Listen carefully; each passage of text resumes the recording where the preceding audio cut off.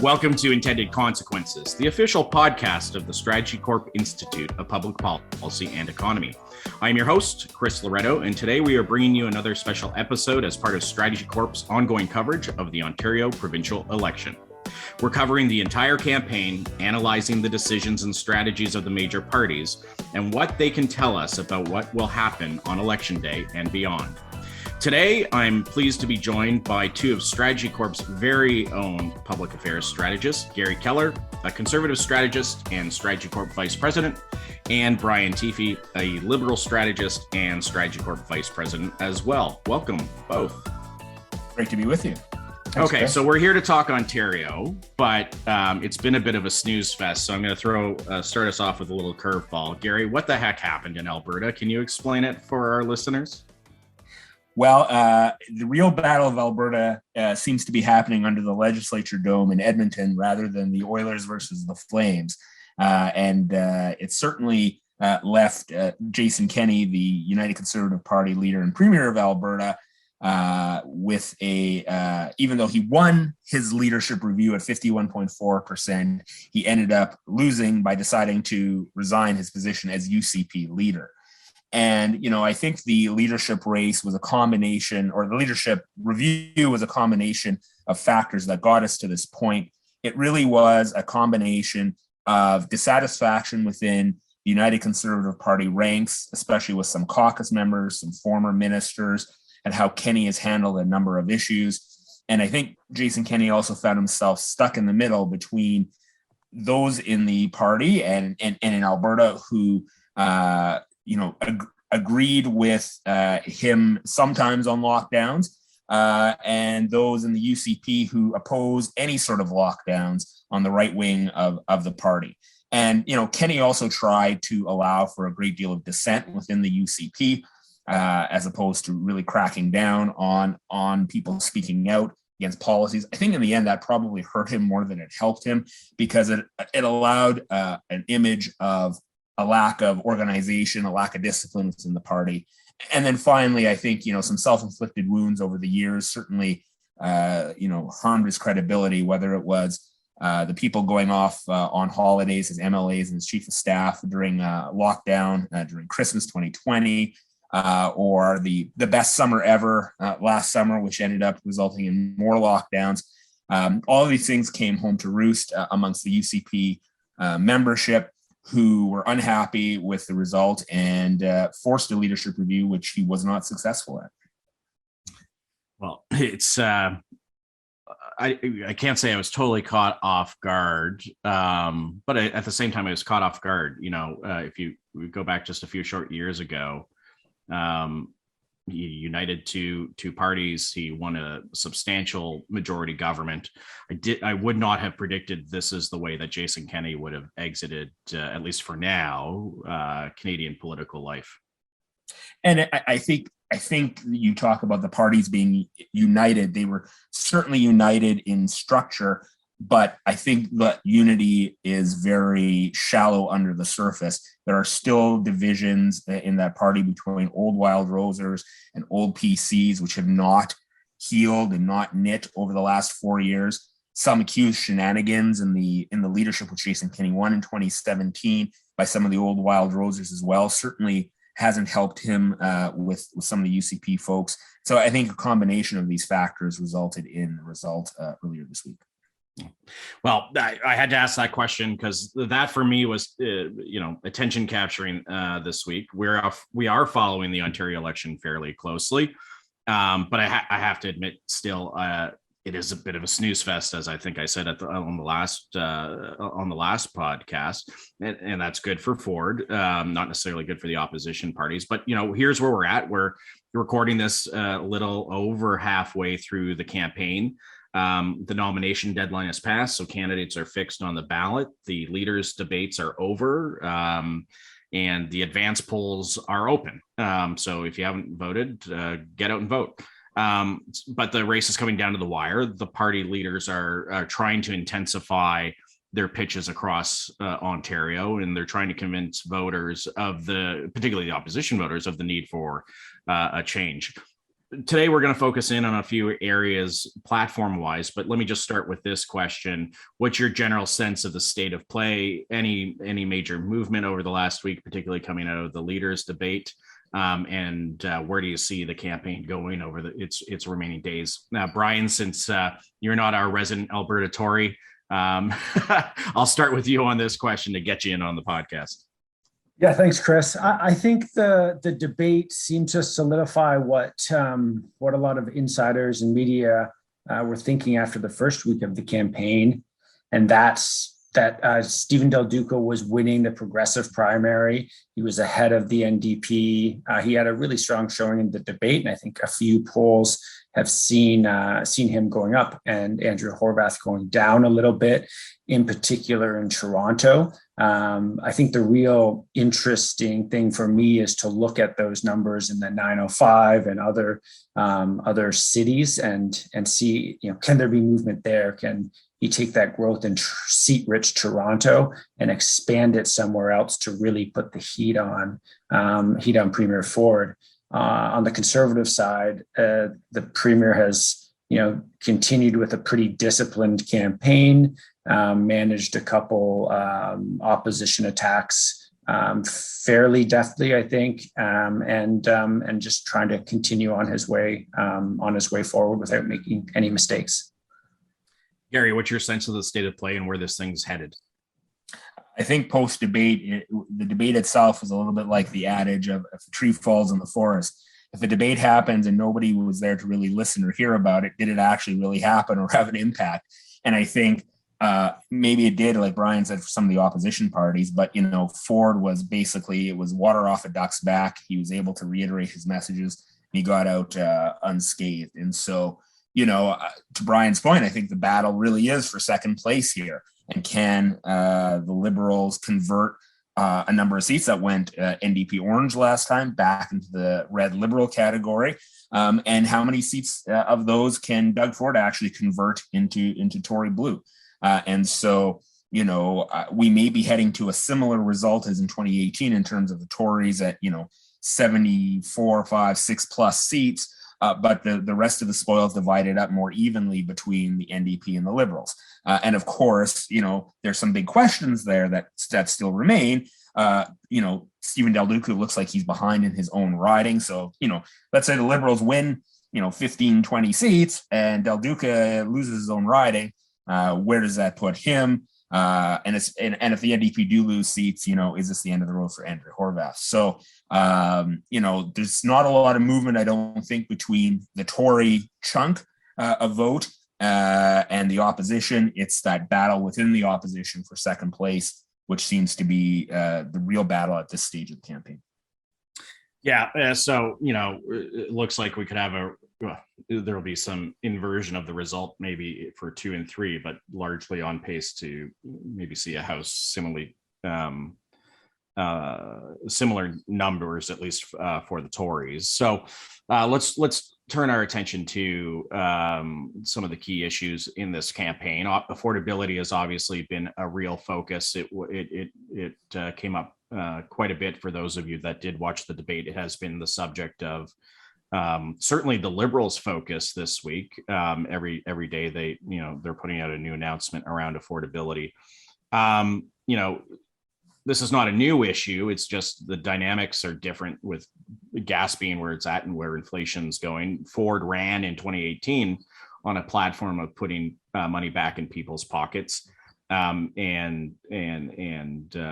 he's not the only one talking affordability this time around. Gary, what's your sense of what the parties are saying, the affordability components of their platforms, and is anybody really differentiating themselves on the question of who's going to make life more affordable for Ontarians? Yeah, and it's a good question because from a strategic point of view, I think affordability has to be meaningful and not an esoteric concept. Like, it actually has to be tangible and have a real result. And it's a challenge for all parties in a lot of ways because while governments can snap their fingers on some things and put money directly back in people's pockets, on issues like housing affordability, those aren't quick fixes. That takes time, that takes legislative and regulatory change. And so parties have to be clear in their communications to voters on how they will make life more affordable in order for them to cut through all the noise of the campaign. Now, Ford and the Tories took actions before the campaign to try to put money back into people's pockets to demonstrate that they had a corner on the affordability question. I know I got a nice rebate check in the mail for my license plate sticker. It was about $300, which is not an insubstantial amount of money to get back from the government just out of the blue.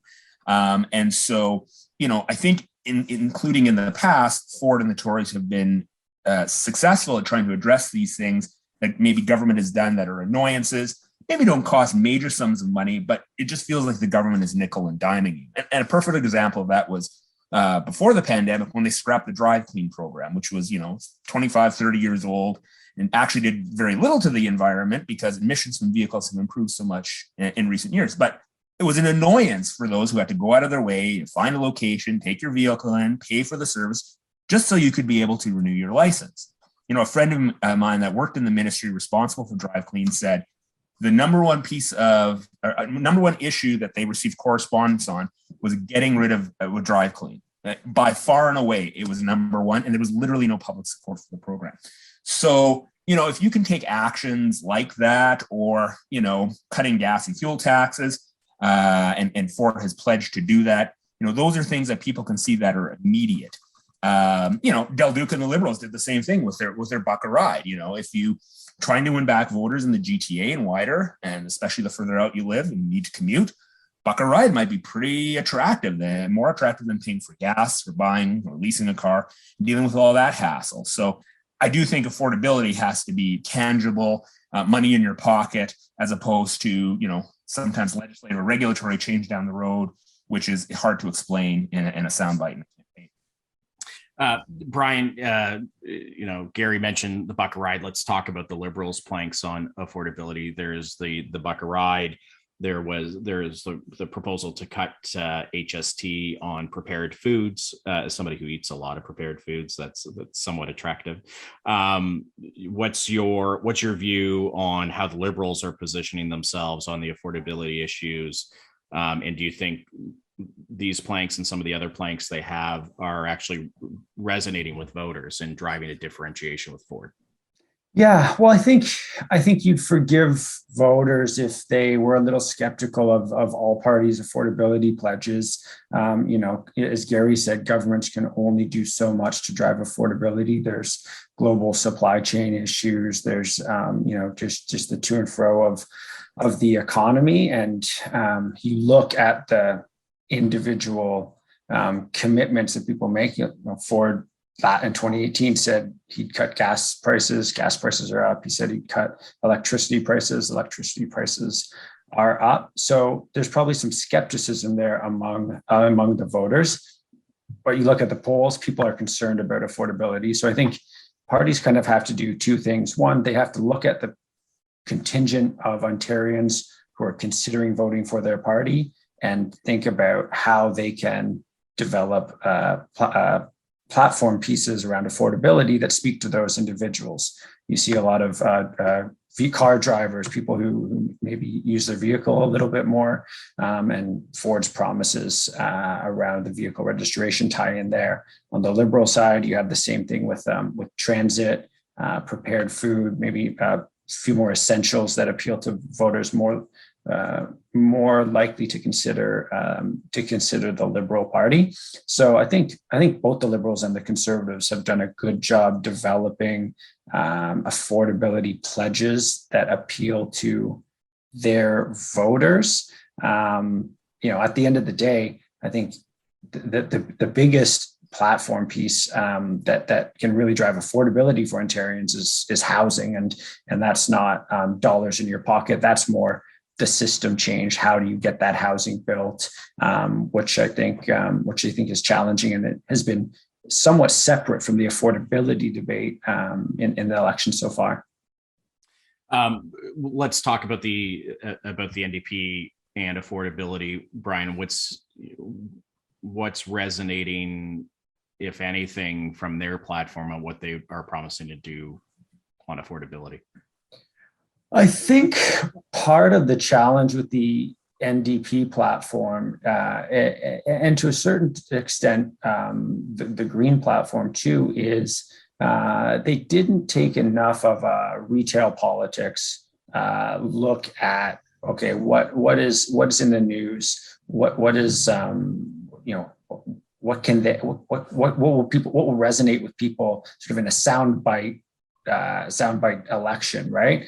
So I think the NDP platform has significant promises to increase ODSP, OW, things like that will really do a lot to improve affordability for the most vulnerable Ontarians. But I think they kind of got lost in the debate when Del Duca came out with a smart, snappy election platform.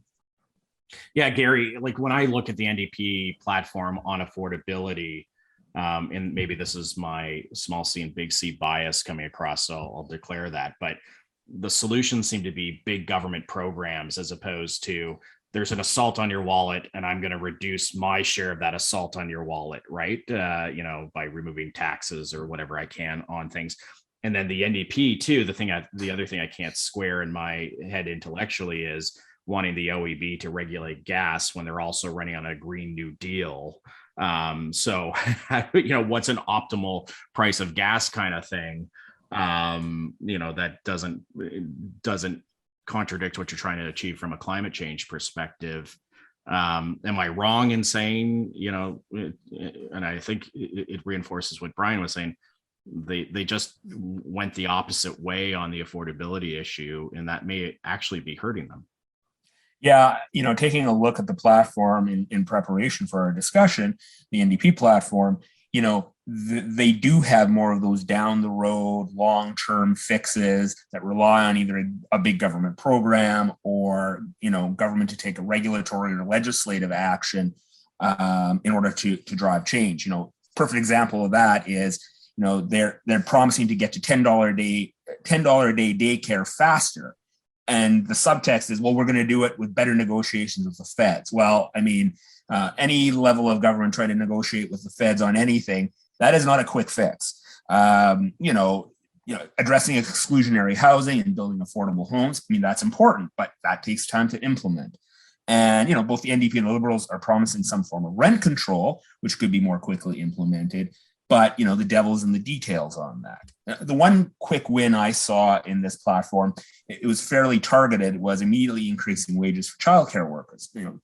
That may be important, but that's a small subset of the population, not something that puts money back in the wider population's pocket. No, it could be helpful in some target ridings.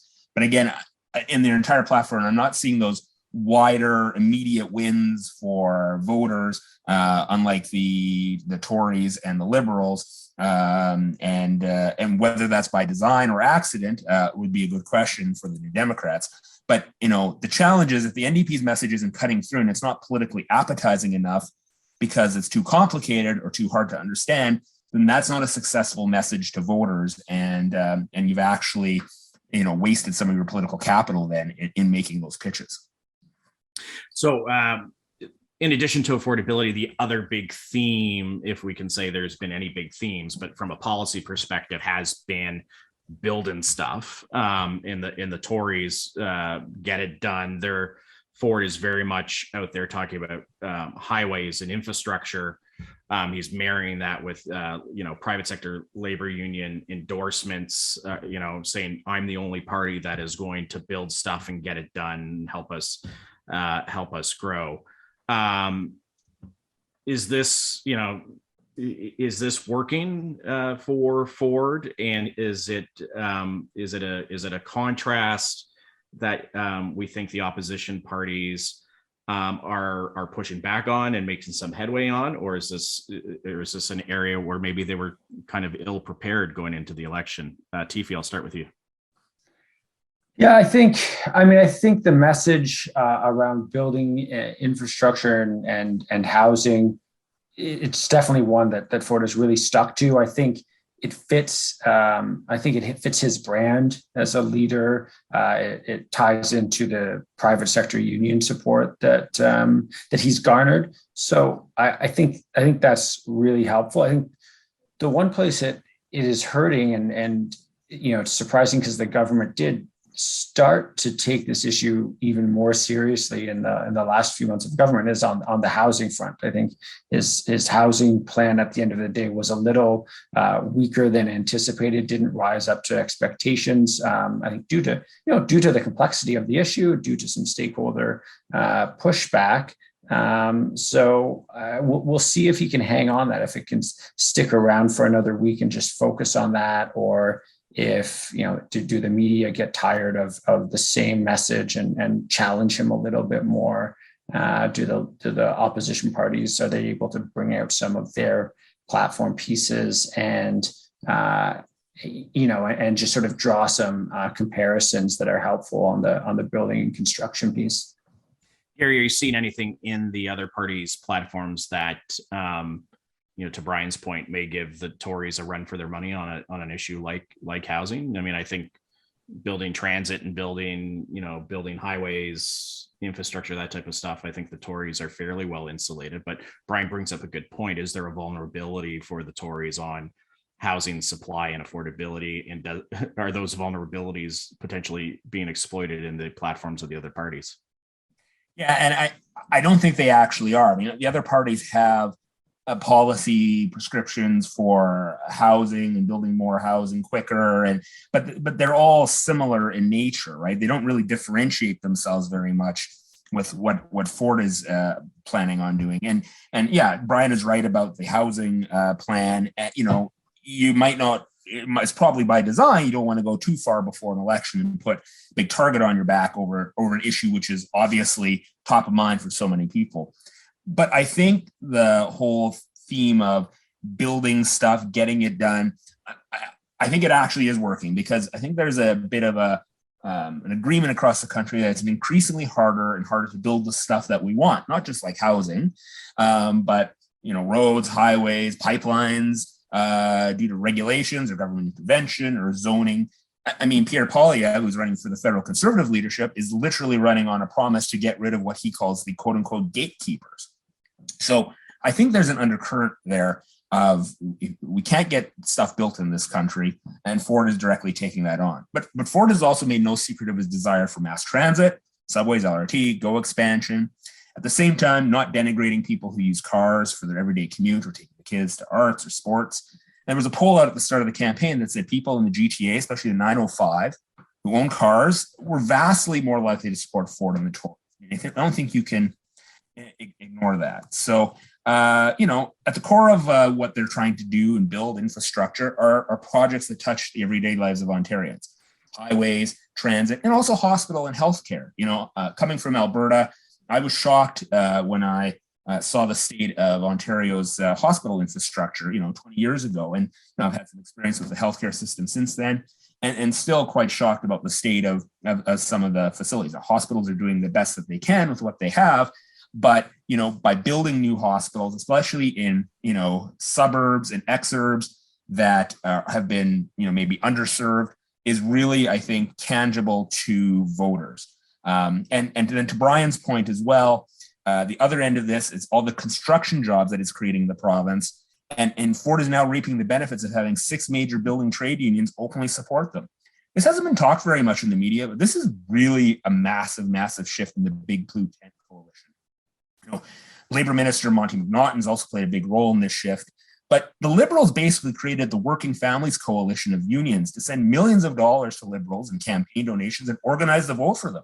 I mean, a major thorn in the side for both Ernie Eves and John Tory and Tim Hudak. But Ford has really driven a wedge into the union movement by getting support from enough of them that they aren't maybe the force they once were in opposing him like the other PC leaders. So it's quite fascinating, and somebody smarter than me is going to write this piece one day. But I think that's one of the unwritten things in this campaign that might drive vote to the Conservatives that hasn't traditionally been the case in previous campaigns. Brian, Gary raises an interesting point. Do you think that, particularly the private sector building unions used to be fairly strongly behind the Liberals? They certainly were behind McGuinty and Kathleen Wynne. And do you think this change to Ford is temporal, or is it more permanent in terms of how politics is shifting maybe in this province. What's your sense? Is it a Yeah. phenomenon of Ford, or is it a longer term, broader phenomenon we're witnessing here?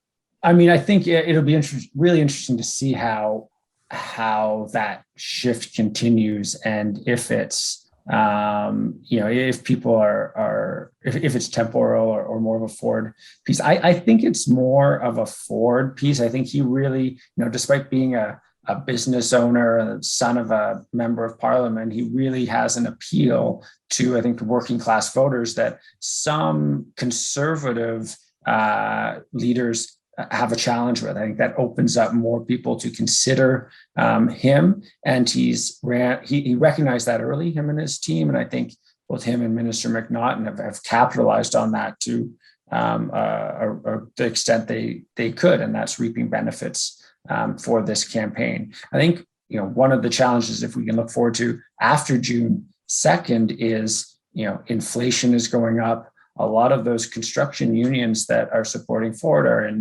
negotiations right now for new contracts. There's going to be tough decisions that have to be made on the construction projects that are being promised in this campaign. There's going to be cabinet submissions that come back with price increases, and there's going to be delays, and that's going to be a really challenging thing. So, coming out of the pandemic, the sort of board was wiped clean, which has benefited Ford from his early governing challenges. It's also benefited, I think, Del Duca and making 2018 and the win connection a lot less sticky to him.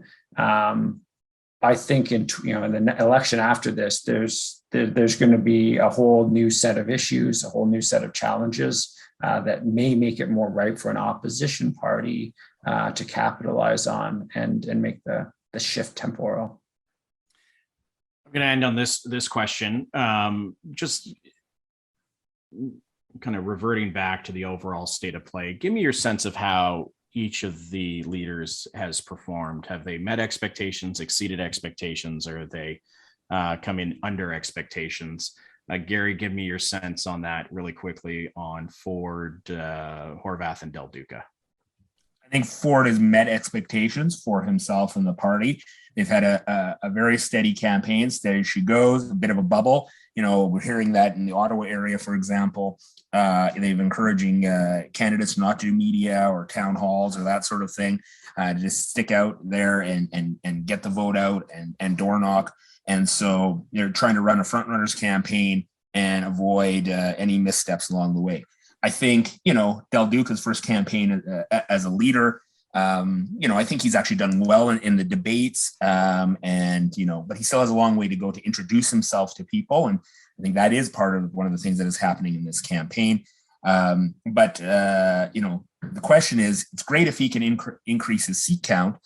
If he loses his own seat, then what does his future look like? And then for Andrea Horvath, the math doesn't seem to be working out for her in riding by riding count. I can't see how the NDP actually increase their vote share. Doesn't look like it's going to happen. And so I think she's, in my gut tells me she's performing below expectations. And the question will be, is this the last run for her? Or, the NDP don't traditionally throw their leaders overboard, Thomas Mulcair being the exception federally. But, after 4 kicks at the can, you got to think it would be time for somebody else if they lose, or especially if they finish in third. Ryan, your sense of the leaders' performances? Yeah, I think from a campaign perspective, Ford has met expectations. He's doing what he needs to do to win. From my own perspective, I think, the expectations of a premier of Ontario, he hasn't met those. And I don't know if that really matters on election day too much. But, can he step up and show that he's a premier in his events or advertisements in the last couple of weeks? That could help. Del Duca, definitely has exceeded expectations. I think as someone who worked in a lot of political jobs, didn't have that private sector experience the same way we expect our leaders to have, or look for our leaders to have. I think he's really exceeded expectations and has a good plan, built a good team, and really communicating effectively every day, which is a tough grind in a province-wide campaign. And with Andrea, she's definitely, I would say she's met expectations, but the expectations were low. I think the luck, I think a bit of a luck that they got opposition last election allowed her to get another kick at the can for a fourth campaign. But you saw throughout the 2018 to 2022 mandate, she didn't rise to the occasion and hold Ford to account during the pandemic very effectively, during the proposed municipal cuts to public health. It was really the left-leaning council at the City of Toronto that was the most difficult opposition for the premier. So I think she's met expectations. They were low, and look for a new leader after June 2nd there. Well, Gary, Brian, interesting insights as always. Thank you very much for taking the time to do this, and just a few short days to go. So we'll see where things head over the next few. Thanks, guys. Talk to you soon.